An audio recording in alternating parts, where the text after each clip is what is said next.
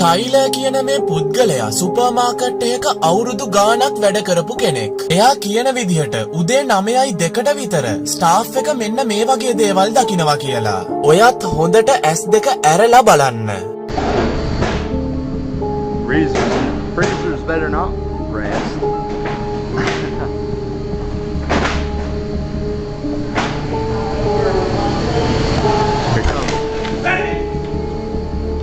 Is there a light?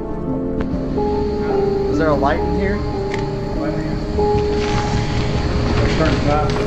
And there's nothing in here. There's nothing, nobody, anything. It's just open.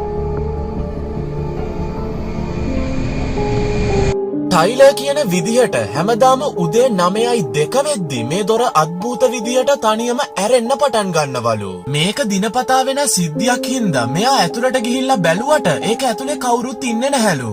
මේ video එක සමාජ මාධ්‍යවලට දැම්මට පස්සේ Emily කියලා කාන්තාවක් සඳහන් කරලා තිබුණු විදිහට එයත් කලින් මේ කඩේ මේ විදිහටම වැඩ කරා කියන එකයි. ඒ භයානක සිද්ධිය එදත් අදත් වෙනවා කියන එක එයා කමෙන්ට්ස් වල දාලා තිබුණා. මේ සිද්ධිය අදටත් උදේ 9:02 වෙද්දි තවමත් සිද්ධ වෙනවා කියලා ටයිලර් සඳහන් කරලා තියෙනවා. මේ භයානක සිද්ධිය ගැන එයාලා තවදුරටත් හොයලා බලද්දි එයාලට දැනගන්න හම්බ වෙලා තියෙන දේ තමයි මේ ග්‍රොසරි කඩේ පටන් ගත්ත මුල්ම කාලේ මේ ෆ්‍රීසර් එක ඇතුලේ මිනිස්සෙක් හිර වෙලා නැති වෙලා තියෙනවලු.